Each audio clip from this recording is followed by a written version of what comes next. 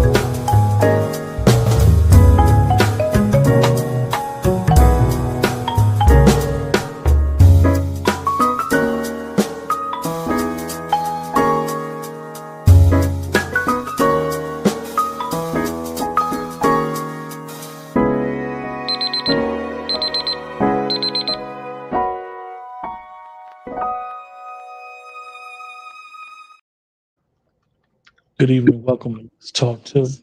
And tonight, it's Tuesday night. And every Tuesday night, we have our dear sister Azima on. And we are going to continue with our conversation. It all started out with going over the laws, the natural laws, human laws, Constitution. And now we're at a part where we're discussing Jekyll Island. Last week, we had a very, very informative show. And Sister Azima gave us some historical background. The island being a private club and people that were indigenous to that island, people that had their own, and giving us historical background, understanding that, yes, it was considered the Aldrich Act at that time, but it later became the Federal Reserve. And why it was done in secret, why they came in and saying they were coming to do a hunting trip, because it would probably be what most people call collusion. But when you have this much quote unquote power in one place, something has to be going on. As Sister Azima even explained uh, in some detail, not very much detail, but even with their secret society of Bohemian Grove, stuff like that, and how they have these private clubs and organizations with people of influence, power, not only just in this country, but all across the world. And when they meet and have these meetings, what they do there and decide not just their future, but their view of the world and how they with their influence and power will try to continue to control the world. So, Sister Carla, how you doing tonight? Sister Azim, how are you doing? I'm here. Well, when you first joined, Sister Azim, you had the nerve. You had the nerve, and I'm gonna mess with you. You had the audacity to ask me, "How's the weather?" Yes, the weather. After 2 or 3 weeks ago, you told me, "Don't talk to you about the weather. Don't mention weather to you in any conversation." However, the weather is very nice during the day and very cool in the morning. I am somebody that loves the winter. So having these cool mornings and I could be outside with a t-shirt on when most people is throwing on big sweatshirts is quite funny. And people always laugh at me. They're like, well, if you like the winter and you like being cold, you're in the house, do shows. I always wear a hoodie during the show. And that's only because in my house, I like it real cold. So this is where sweatshirt, but I'm a winter person, so I'm loving this beginning of what most people say fall season. So yeah. How you doing? I'm here. Here. Yeah. Well, I just called you. I know you were quite were you waiting on my call on the weekend by the phone? No, I told you I wouldn't wait. I had no reason to wait. I told you that. My weekend, Sister Azima, was quite interesting.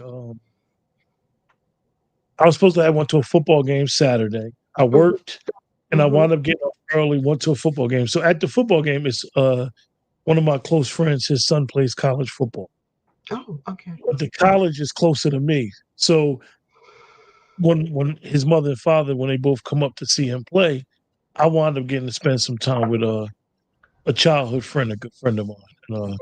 And, so that Mhm. was my Saturday, and my Sunday was just uh, stayed in the house. And actually, before I called you tonight, Mm, I literally was doing some work that I had to do in my shed and mhm, storage stuff. And mhm. I was working.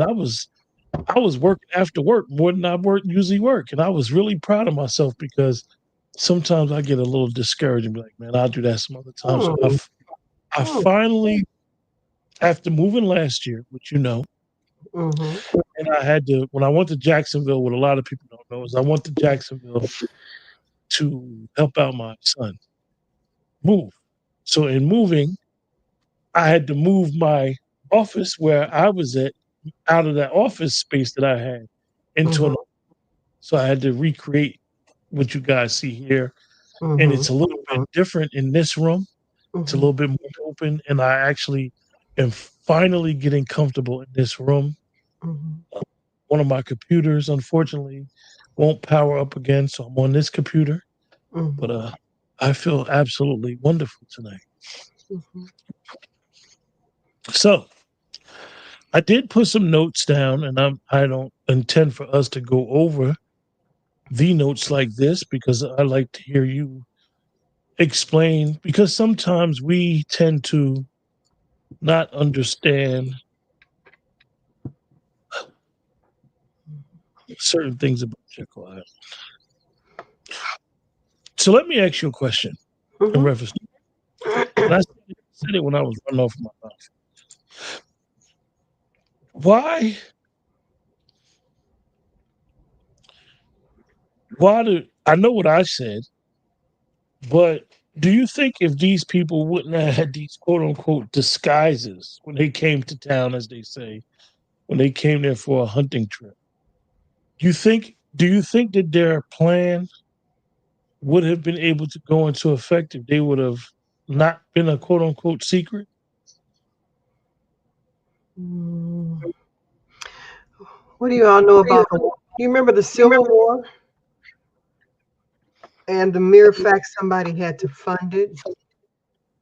And I told you that Lincoln went out of his way to work and take those funds and pay for the soldiers food and clothing and ammunition. Um, at the end of that, the Queen of England had offered him an opportunity to put a central bank in, and he no. So now we're going to fast forward to 1894. And that was when we had our major crisis. It was called the crash of 1894. It was with the Newfoundland Bank crash. Um, we didn't have banks per se, we had trust companies. So let's go back. We had a treasury, the treasury coined money. It didn't print money, it coined money. So you had gold pieces, silver pieces, and they had a uniform weight and a uniform value. Anywhere in the world, it would be the same value. So $50 here, a $50 gold piece here could be worth 1,000,000 yen in Japan, or 800 million liras in Spain or Portugal. So it had a constant value, and you could use that value against other forms of financial papers. And so what happened was that trust companies, remember I told you people were sending their products all over the world, and they put them on the ships, and the captain was the That was the final say. He ran that ship. That's why when you go into court, they always have a maritime flag because you are now on quote unquote the bridge of a ship, and the captain has the final say. They'll be your judge. So all of this is connected now. I want you to understand this was not just by happenstance. Opportunists came along, people who were very opportunistic because they had their own agenda, but they could use what they saw. This also goes back to when I talked about the fact that you are a frequency and they understood that. And that's where all these sigils come from, all these hand gestures that you see them do and these things here. They're not bad. They're just sigils letting you know that you understand your frequency in relationship to the world, the cosmos. Okay, so now in 1894, the Pullman porters went on strike. By them going on strike, the trust companies, the Pullman porters helped set up a bank called the Newfoundland Bank, and that was in I think New York, outside of New York. When they went on strike, the Newfoundland Bank began to have a problem because they were a commercial bank. They were a commercial trust. We didn't have, we'll call it a bank, but it was really a commercial trust. So as you were selling your products across the world, you would have these bills of lading, and they were different colors: green, yellow, orange, purple. I told you my grandfather had them, and I remember seeing them. And some were very big, like 8.5 by 11. Some were very small, like a business card, but their value was on it. The value that American banks were going to use when they came together as a conglomerate of trust companies, they were banking, pulling all of their commercial bills of lading together into a central location. In that case, it was in New York. And that's where you came up with Wall Street. That's where you sold your slaves at the wall on this particular street. That's how I got the name Wall Street. So they decided to have a universal trust in which they can pull all their bills of lading there. And that would be known as a commercial bank because they're banking everything there. It also meant that these people were willing to take the customers of the commercial bank were willing to take bills of lading or promissory notes that were of different colors representing different values and different companies. And they would put their gold into the commercial trust. So when the Pullmans went on strike and stepped away from working the Pullman cars, that's where people sat in the cars, kind of like your luxury cars on the train now. Okay, your passengers instead of just the commercial end of the train where you were shipping goods and services, they would also put what we call Pullman cars on there where customers can get on there and ride across the United States.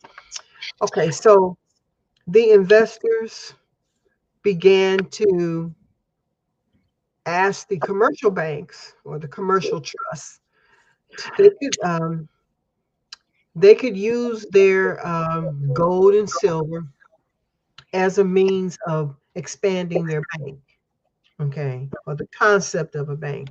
They were trust companies. Trust companies give you paper that says you have trust in us to do X, Y, and Z. So, okay. So now the Pullman people come along. They're tired. A lot of stuff is going on. Remember, you have black Pullman porters and you have white Pullman porters, and you know how that clash goes. And they decided they were going to strike. They wanted a fair wage for the work that they were doing. They were still being the busboy and all this kind of stuff. with no respect on the train, and they were more north than they were south of the Mason-Dixon line. So they went on strike. That was known as the strike of 1894. It created such a run on the commercial trust industry that people called them a bank because they had pooled everything together in these four major trust companies. And those trust companies could not return the gold or silver that they had received from customers, who in turn were told that they could have stock in other companies, and those other companies failed. Mostly the copper industry went under. And it went under because JP Morgan said these trust banks, these trust companies are trying to have too much power. And they didn't want them to be as powerful as this. At that time, there were four billionaires, as powerful as these four major billionaires. And so what they did was that they undercut the stock of copper by buying it cheap, okay, flooding the market, creating a panic, telling the Pullmans that they weren't going to get anything, and creating dissension, which led to a strike. And that strike led to the collapse of what we call the Newfoundland Bank. And it crashed in 1894. Now, Creating Aldrich a panic. knew about this. I'm sorry. I say creating a panic, huh? Yes, but this wasn't the first one. Okay. So you had the panic in 1894. Then you had the crash of 1907. And right on the heels of that came what? 1933. But before 1933, you had another panic in 1913. And so they knew, Aldrich knew, these wealthy billionaires knew, okay, not all of them needed to be in alignment with the Queen of England to put in a central bank for her colonies. Others just wanted the freedom to be able to create what they wanted to create. And so that led to the secret meeting on Jekyll Island, because those that were invited were the ones who really wanted to put in a central bank to allow the Queen of England to have control. And in with her having control here, it meant that they would be the second tier under the Queen. You have the Queen and the royals, and then you have the landlords, okay? And under the landlords, you had your managerial class of people, that supervisors and all that. And under them, you had your peasants. And so they wanted to continue to have that royal structure, that empirical structure. And these people were going to do it any way that they can. A part It's of very that, I'm hold on, sorry. sister. It's very important to understand, like sister says, that the secrecy wasn't about secrecy. It was about avoiding backlash because of all these fear mongering that had been going on from crashes, prior banks crashing, prior trust crashes. Um, so the secrecy was not about, oh, they doing something that we don't want them to know.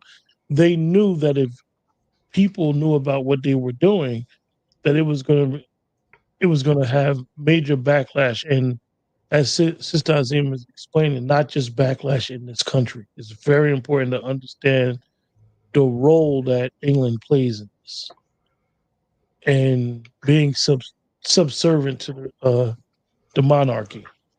Mhm. Go ahead, Sister Azim.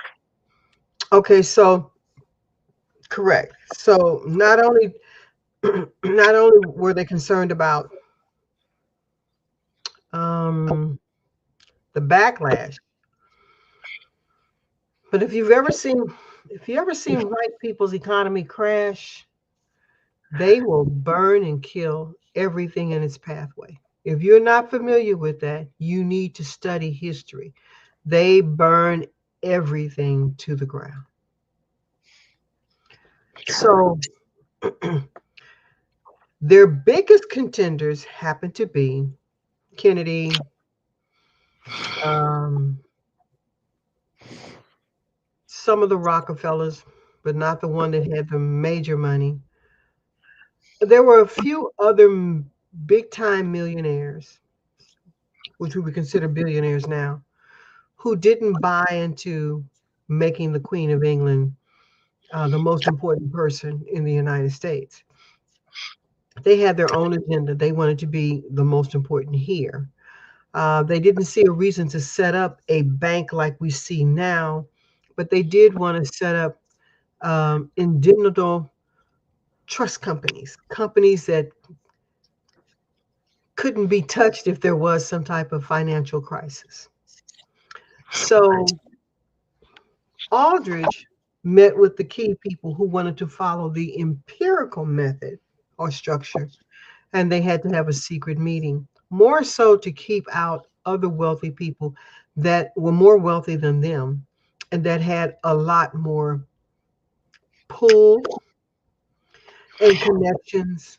So they wanted to bypass them more so than the outcry of people not having access to their money, because you had the army that can go in and, knock those people down. And you have to go back and look at history. Before you had your local police and SWAT teams, they sent in the army. And the army was the branch of government you're policing. They went in and quelled any type of uprising. And they would quell it by what did Malcolm X say? By any and all means necessary. And they did. They would fly planes over and drop bombs. They would send tanks in. They would burn blocks down. And so this was their way of curtailing the violence, because you've got to understand, when people are losing their money, the majority of white people were in abject poverty. And I don't think any of you all can understand that. That's where you wear the same outfit for a month. You wash it every night, but that's the same clothes you wear. You don't have money to buy a new pair of Jordans or some new fancy jeans. You have that outfit. And if you were lucky, you got a second one for Sunday or major events, including funerals. Okay. These are the people that when family members died, they took photographs of them with the living relatives. Abject poverty. This is where children worked, starting at age 5. So when you live in abject poverty, okay, and you're renting from slumlords, you would do whatever it takes to get your money back. People didn't trust banks. Remember, I told you they didn't trust them. They put their money literally in their mattress. They slept on top of it, or they found a way to bury it in the ground, someplace in their yard that only they I knew what it was. refrigerator. Well, not the refrigerator, ice box. Hmm. So they knew what poverty was, because many of them came from England trying to escape that type of poverty. And the royals weren't doing anything to correct it. So the vast majority of their people were very poor. And they lived in basically cubicles. A whole family would live in an 800 square feet. And that could be up to 9 children, mom and dad, and the 2 sets of grandparents, and maybe a aunt, and uncle, and a cousin. And that is how you lived. You slept in shifts. Clothes were hand me down. Many people didn't wear shoes because they didn't have money for shoes. Shoes couldn't be mass produced until, the black guy came along with the lasting machine. So the bottom line is, when you live in abject poverty and you see these things, and what made the general public mad was that you told me I could trust you, and I gave you my gold. I gave you my $5 gold piece, which they could eat off of for a whole month. And you took my $5 gold piece and speculated on some copper mine, and you lost my money. And then you shut the doors, and I can't even come to the trust company because they were allowing you give them your gold or your silver, and they say, well, Mr. So and so or Miss So and so, this is worth so much money over the course of a month or 6 weeks or 2 months. And they would just go in there and get receipts and go to the store and give them the receipts, and the receipts went back to the trust company to pay off the debt that Miss So and so incurred. This is what they were doing. And that's why the Constitution said you can't transact business with bills of lading, because it doesn't have the same value at each place where you go to do business. That is why you can only coin money. You couldn't print money. So Aldrich already knew this because, you're a politician, you're going to study history. You're going to go back and look at, I'm sorry, the wars that went on and how they were funded. And the fact that sometimes you would see soldiers, families following them around, bringing them the things they needed, bullets, buckshot, gunpowder. And you're like, what's going on? It's because that was the only way they could fight. Because unlike the military, now, your tax dollar decides what type of things they get. They didn't have that. We were running lean and mean in the United States of America. Yeah, lean and mean. And when so, when when you think about it, and you try to get an understanding, and you've been trying to explain to us the level of poverty that majority of the country was in. It's hard to fathom when you think about it now, the because of this Federal Reserve Act and the way that they tax, that it's basically nowadays more like a monopoly of money. It's always some money flowing around, even if someone may feel like they're in poverty now or somebody's homeless. You always have a way. It seems like it's always been a way. Like even in my age, I don't consider myself older, but I never knew a situation where you couldn't make it happen, so to say.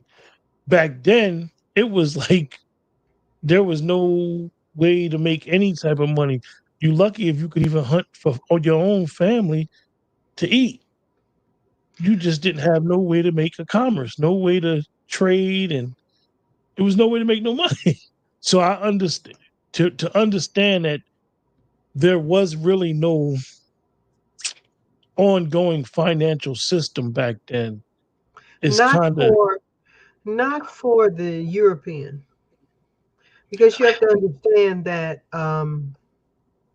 bartering was still going on. It was commonplace. And the indigenous people that were here, okay, they bartered and they traded like that. Everybody else that came over here bartered and traded. When you are setting up your colony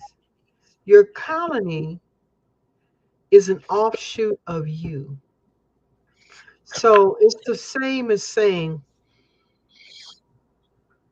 I'm sending my child away to college, and my children are used to a certain standard of living. So I'm going to go to that college, and I'm going to make sure that whatever campus building they're in, they have that same quality of life. Well, remember, these people were jumping, they were leaving diseases in London. London was dirty, dank, disease ridden. infested with pests and rodents, and the people were sick. They didn't bathe, poor hygiene, very, very illiterate. So you're sending them here. Their system criminalized, made them criminals before they even got out of the womb of the mother. Okay.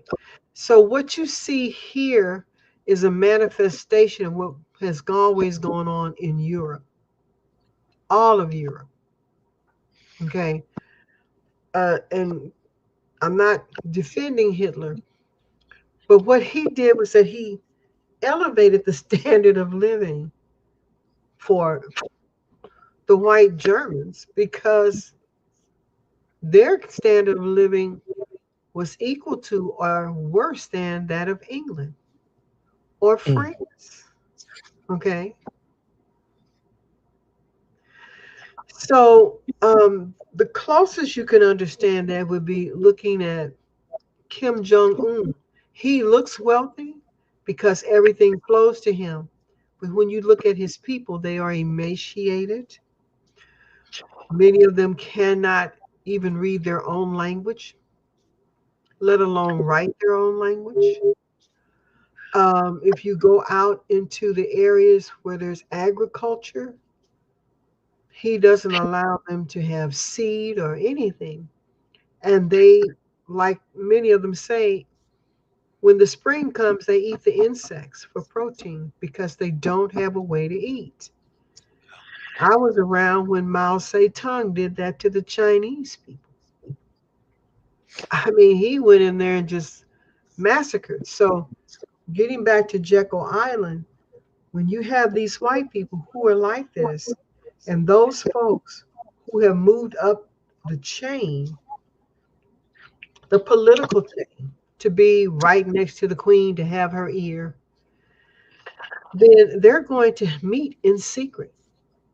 Also in secret, they had later on had some priests come and tell them how to manipulate the frequencies around them. Because not only did they just meet in Jekyll Island, they also learned all the signs and symbols of primordial man in order to influence the cosmic energies when it came at certain times. Like right now, today, we are in retrograde.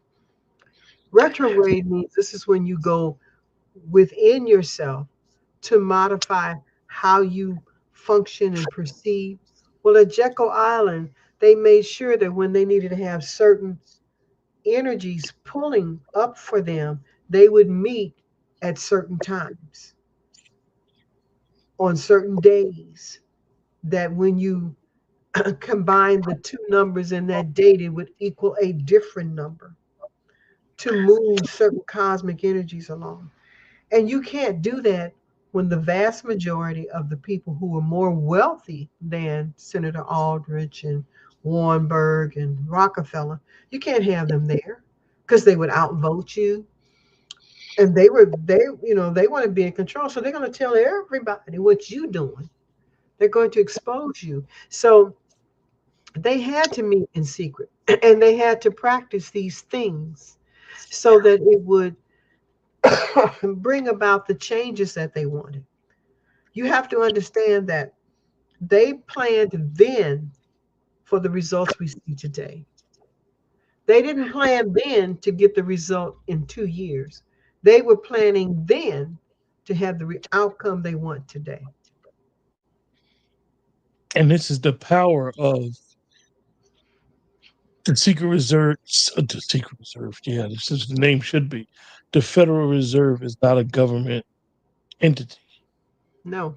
A lot of people don't understand it because they hear that word federal, so they automatically assume that it is part of our government.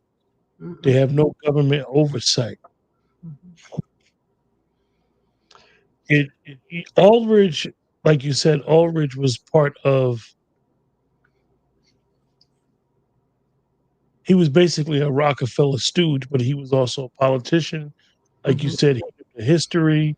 Mhm. He understood how he could use the plan and then get it passed through Congress with the Federal Reserve Act. He basically, like you said, was like the master, not the mastermind because he didn't have the money, but he knew how to put the money in the right place to allow this plan to come full circle. And this is how we have the Federal Reserve today. Yeah, so it says that their whole purpose was to prevent future financial panic. So you must understand, we didn't have a central bank. We didn't have banks.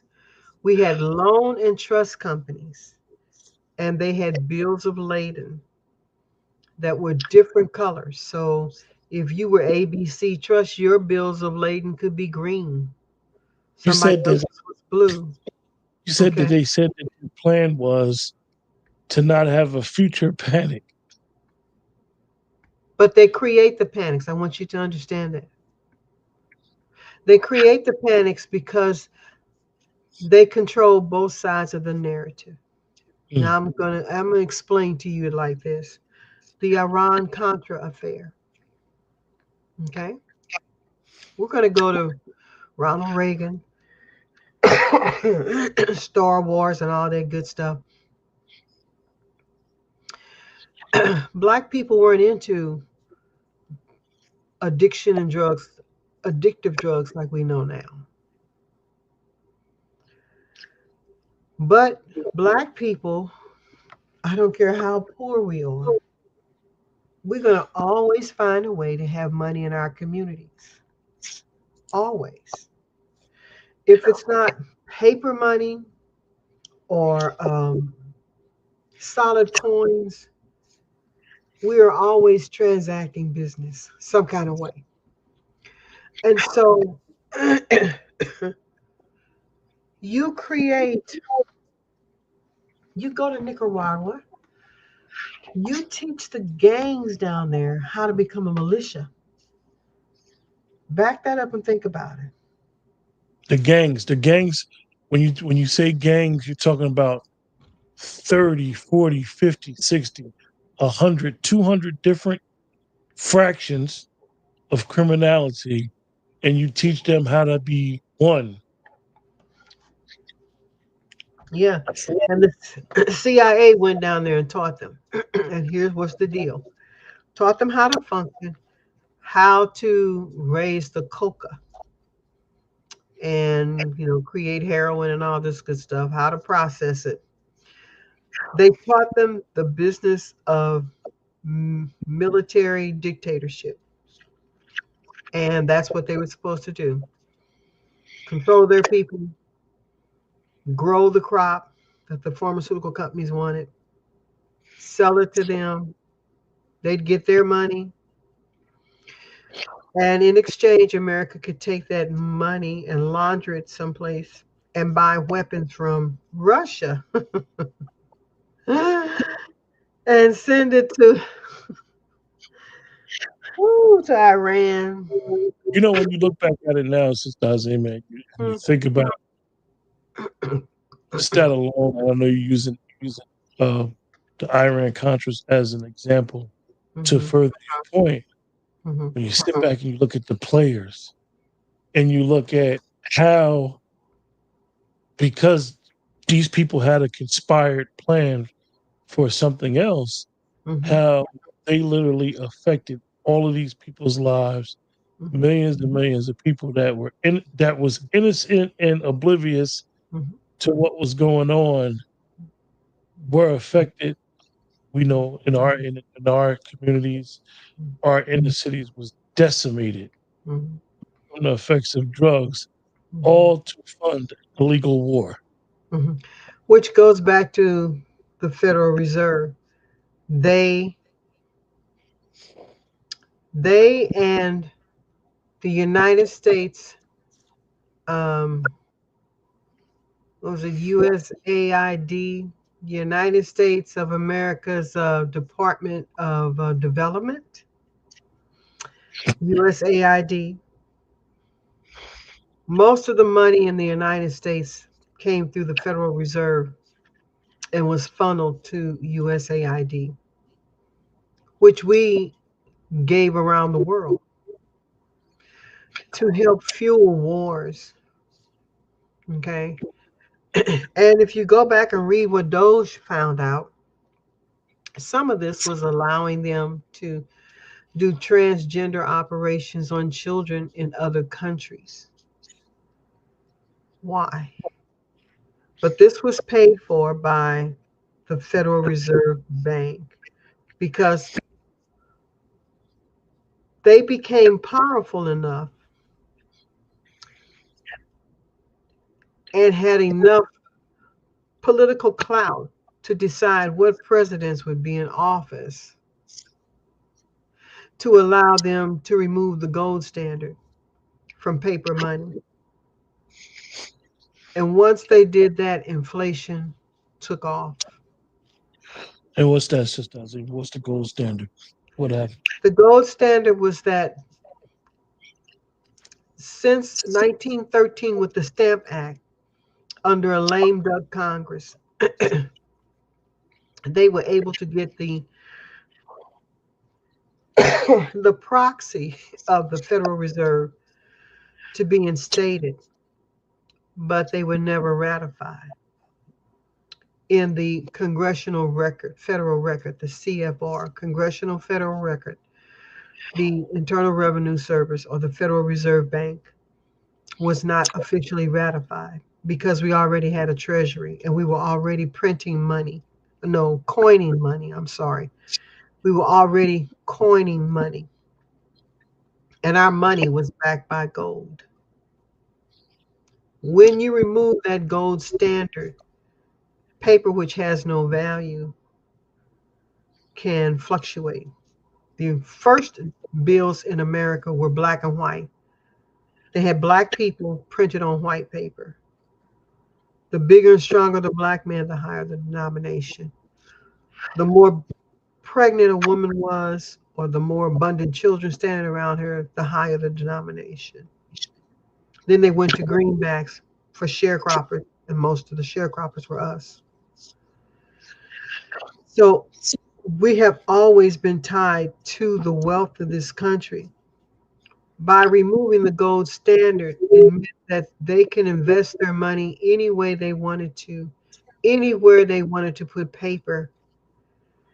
They can fund wars because it was very hard to fund a war. You had to go to Congress and get permission.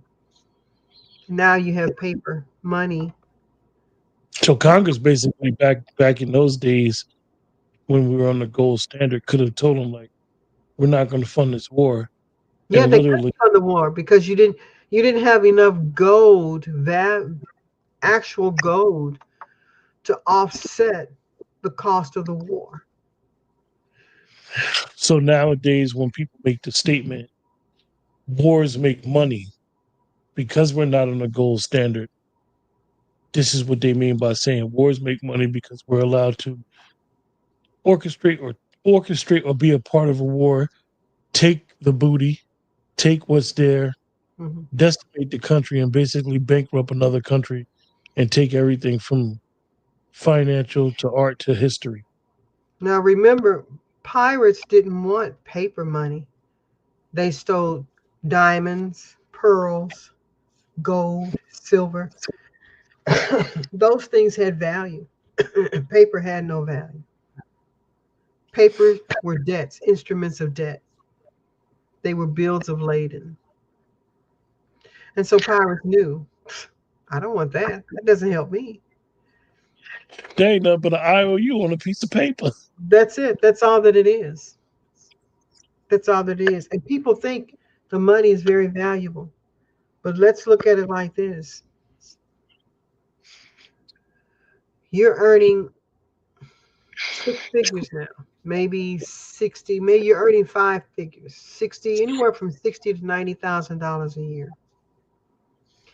If somebody had paid that to you in 10 gold bars, each gold bar would be worth $2,750.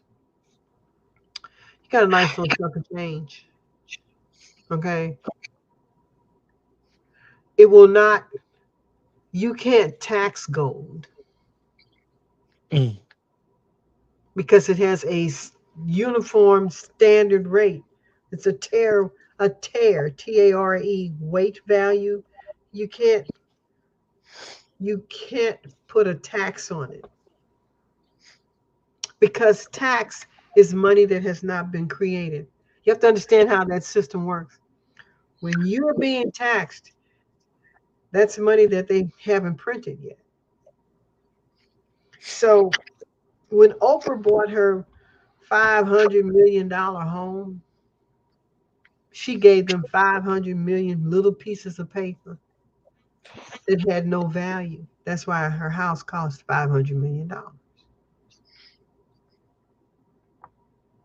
But had the money been backed by gold, she could have paid 2.5 million and still had the same house and not pay tax on it. And when you die, your gold goes directly to your descendants. There's no tax on it. Die now, there's a death tax. Okay. So, in order for them to continue to print money, once they got rid of the gold standard, and many congressmen supported it, whether they were the old Republican heads or the Democrats, they supported it because it benefited them. Mm.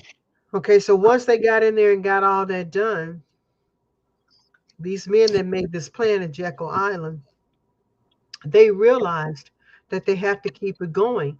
So now they began to bring in the wealthy bishops from the church, particularly the Catholic Church, because the Catholic Church had already been to Kemet, Egypt, okay, Ethiopia, Eritrea, and found out about the rituals to continue to make wealth.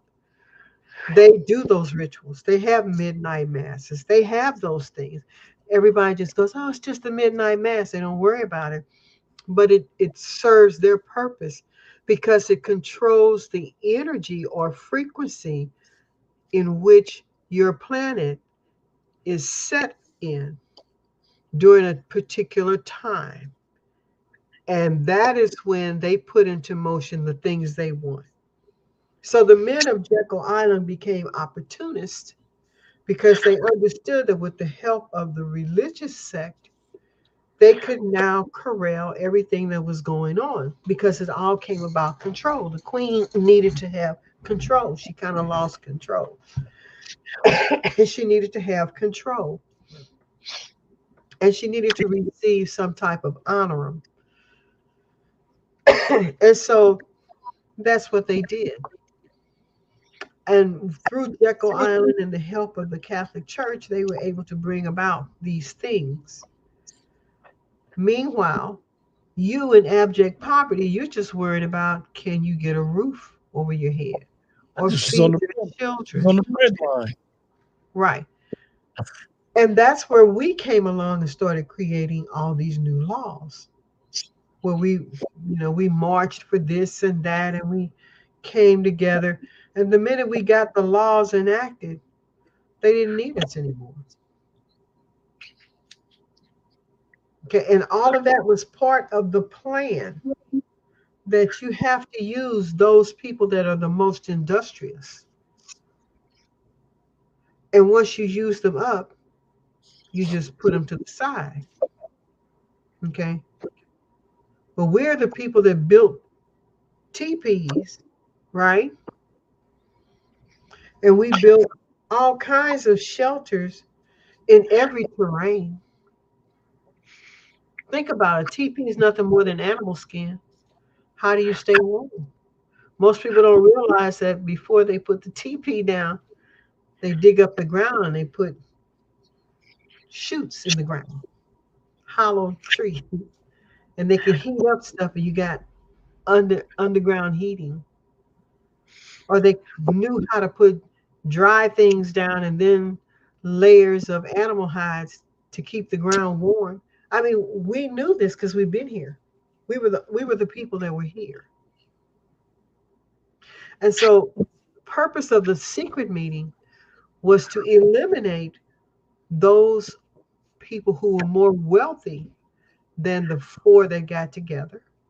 Okay, Mm. Warburg, Rockefeller, uh, Morgan. Chase, Yeah, so Warburg that Market. they have the ability to control the outcome. That was the whole purpose, to control the outcome, to benefit them,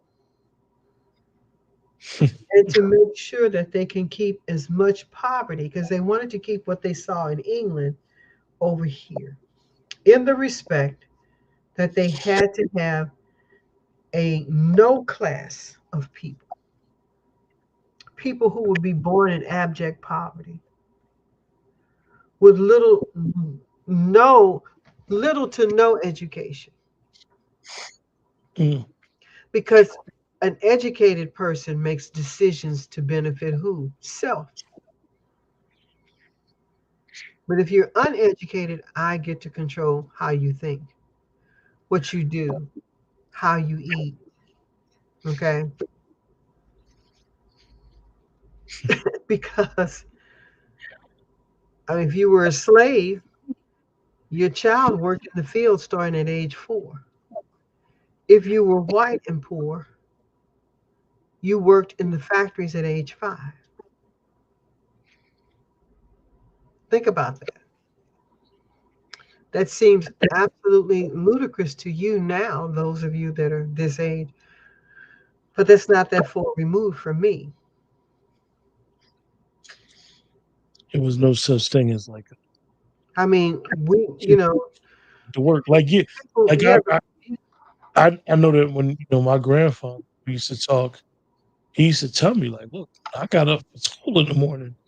It was 4:30, and he would have to till the farm, hmm do all the farming stuff on the farm in Georgia, then get ready for school. hmm Get ready for school, and then go to school, and then come back and still and help work out the on the farm. Hmm work the farm.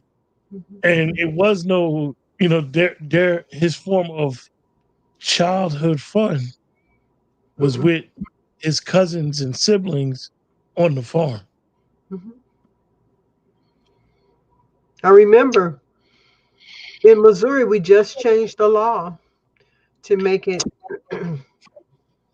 you have to be 18 now before you can get married without parental consent. They were marrying you off at 12. In Missouri, a young lady could marry, a girl could marry at age 12. She didn't need parental consent. I'm like, what? Okay. But that was everywhere, not just here, not just here. It was around the world. Because Cleopatra wasn't a grown woman when she got married. She was in her teens. Okay. Solomon's wife was in her teens. So you have to understand that was just how they looked at it. And why? Because the life expectancy was shorter. If you made it to 30 without dying, that was, you were old. So you married younger. And so the whole purpose of Jekyll Island was that you had a chance to look at the scope of life around the world and decide how you wanted to control that. For a long time, Egypt was the seat of the world. And then they had you believing it was Rome. So then you come to America, and America became a corporation because it's known as the Republic of the United States of America. Not the democracy. You call it, yeah, you call it the United States. United States is a corporation. The Federal Reserve Bank can reside within a corporation because they are your CPAs, your financial advisors of your corporation. But it cannot stand when you are a republic of the people, because then it becomes a direct violation of financial gain on lands that belonged to the indigenous people. They didn't have a central bank. They had a barter system. So, you had the secret meeting to make sure that you kept out the other wealthy people that had the ability to curtail your activities, like Hershey's, okay, like the Bush family, like the Kennedys. So you do what's necessary to have certain things done. And so the secret meeting was to be sure that they laid the foundation, that Samuel Stamp would be able to introduce it as a law in 1913 to a lame duck Congress.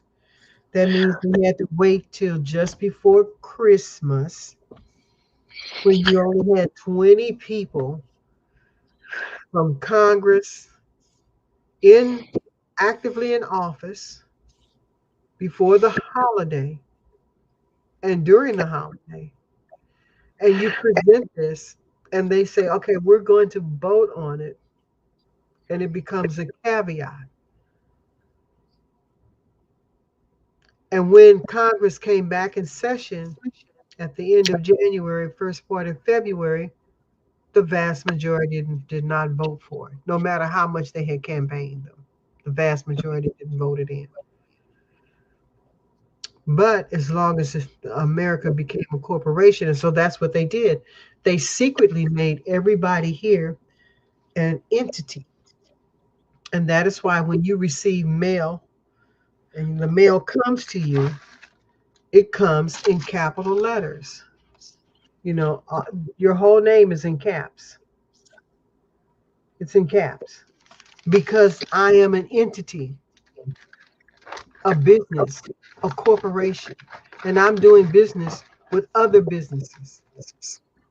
The gas company, the light company, okay, the people that own the building I'm in, the grocery store down the street, the bank around the corner.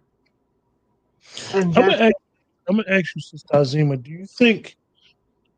you think that's one of our biggest, I say us meaning melanated folks.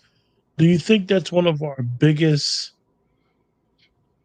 things that we don't understand is I am an entity. I am looked at as an entity. I am looked at as a business and not a person. And we correct. sometimes get caught up thinking, no, I'm a person. I'm me. No, I'm me. Instead of no, they're viewing you as part of a corporation within part of a entity within the corporation. That's how they're viewing you. Well, what it is that it's double speak. And they know exactly how to do that. And when I say that, it's that how many people really read the bottom of your 1040? Because if you read it, it says, I signed this document to voluntarily pay tax. And all information on this document is true to the best of my ability and knowledge, or I allow myself to be brought up on charges of perjury. Read it. Read it. It'll tell you right there because they have to tell you this is a voluntary tax. And that was one of the things during President Trump's first term when he was running.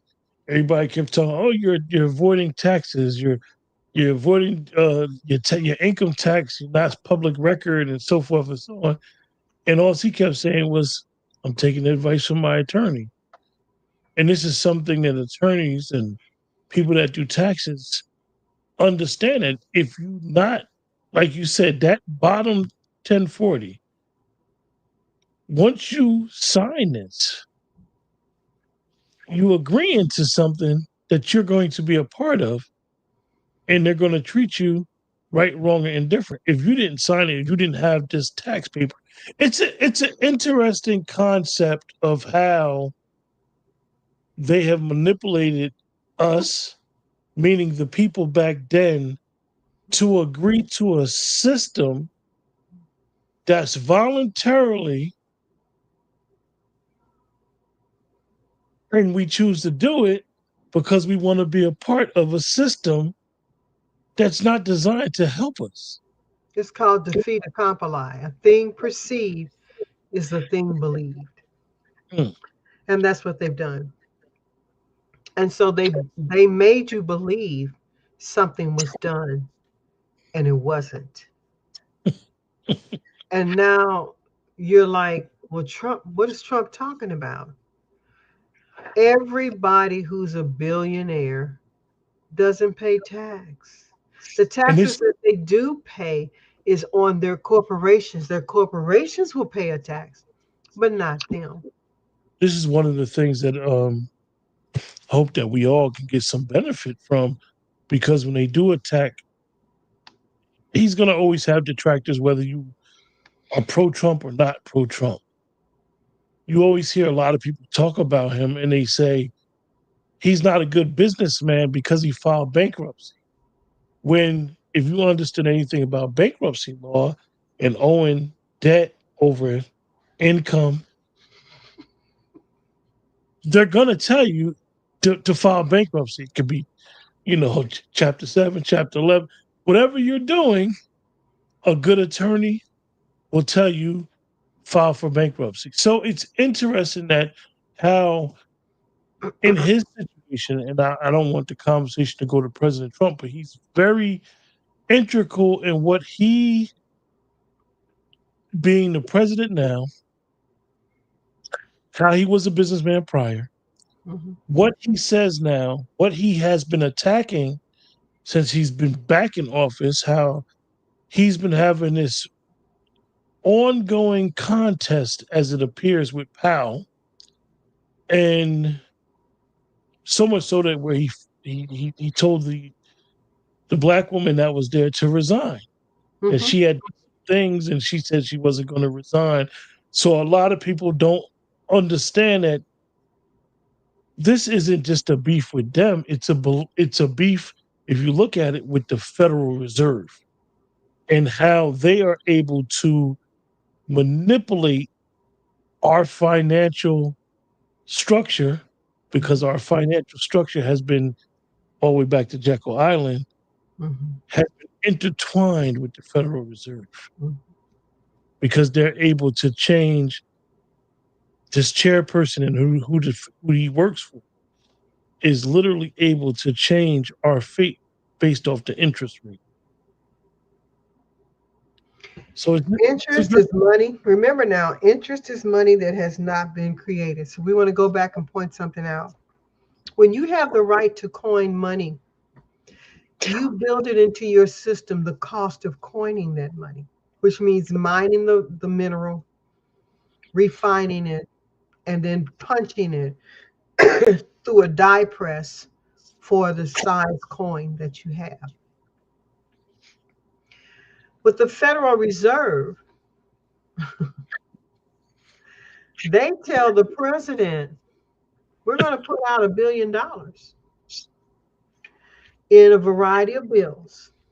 And I want you to hear me clearly. We're going to put out $1 billion in a variety of bills. Now, they didn't say $1 billion just for the United States, but $1 billion because they have the International Monetary Fund they must take care of. And they have the United Nations they have to take care of because they make sure things get around to other countries. So we're going to print these $1 billion. It cost them 3 cents. From three, I'm at the most, I'm gonna go $10 at the most to print this $1 billion. But they're gonna charge you, the United States citizen of the United States of America,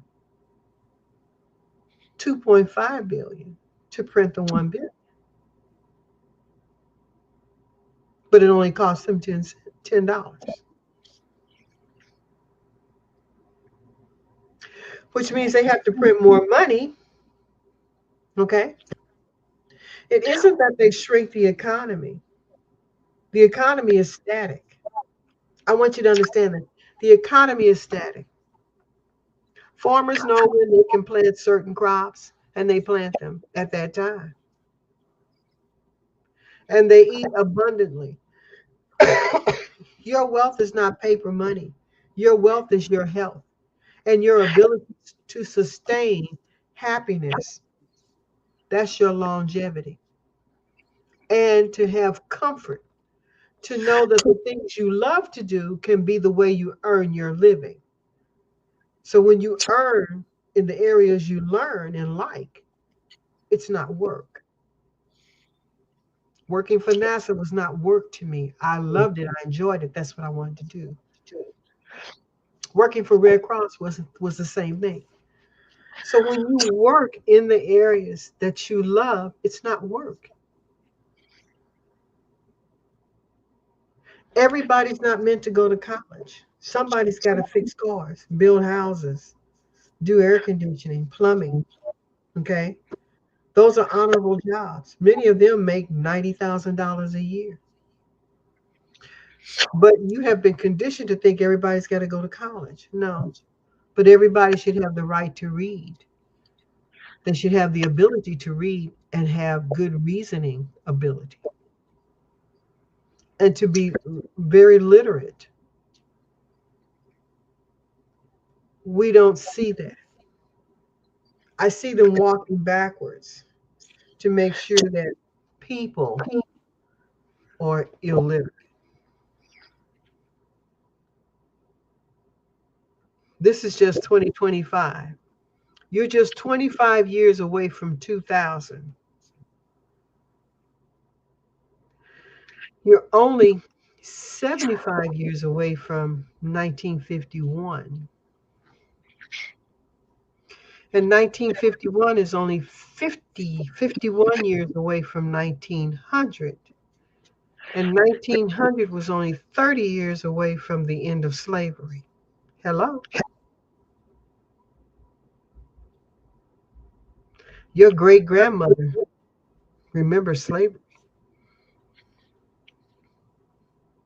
Your grandmother remembers Jim Crow.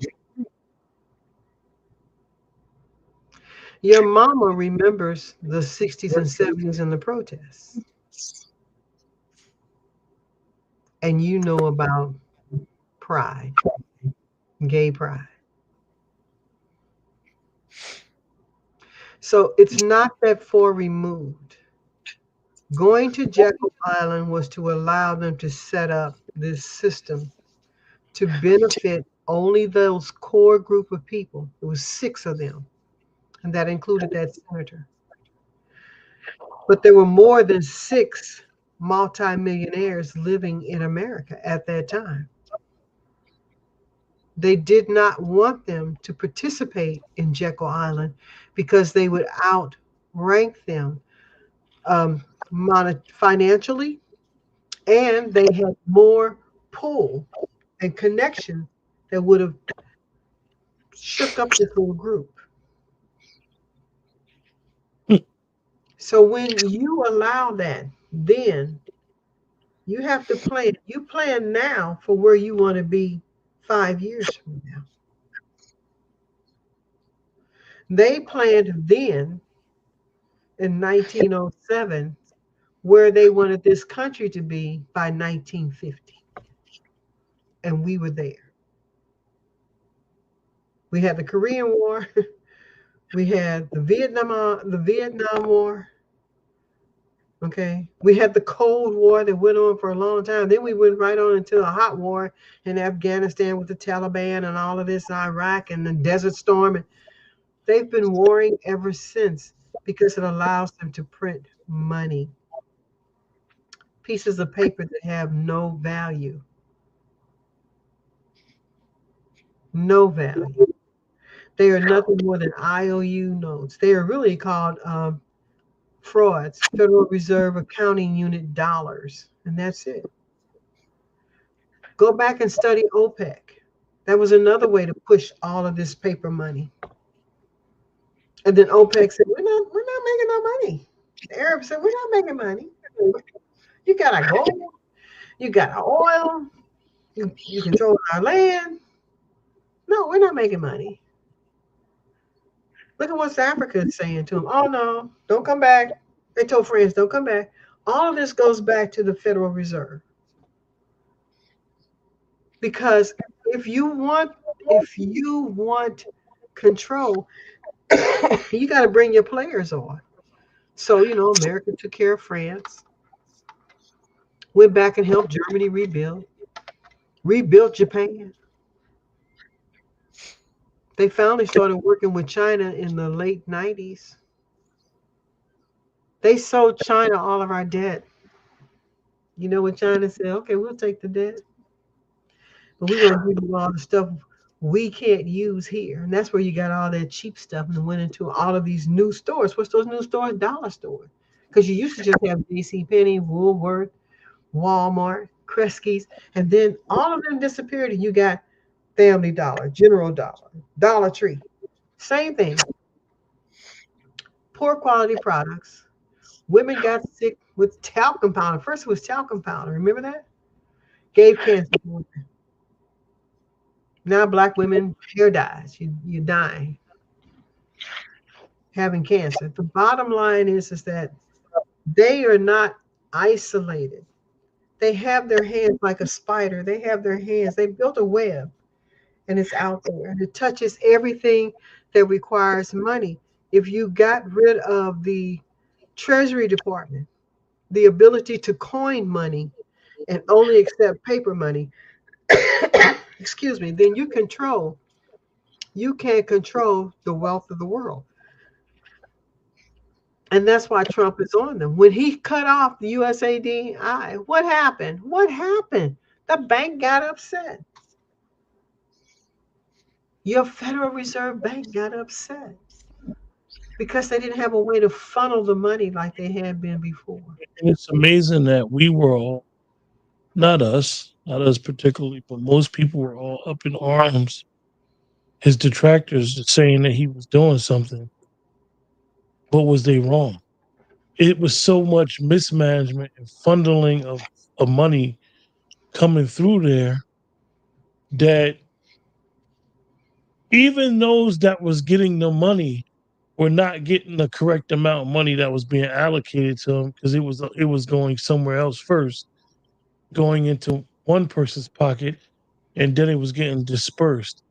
It's like all these organizations that was affiliated with USAID, those that didn't know, those that knew actually was part of this mismanagement of funds and conspiracy and able to funnel money.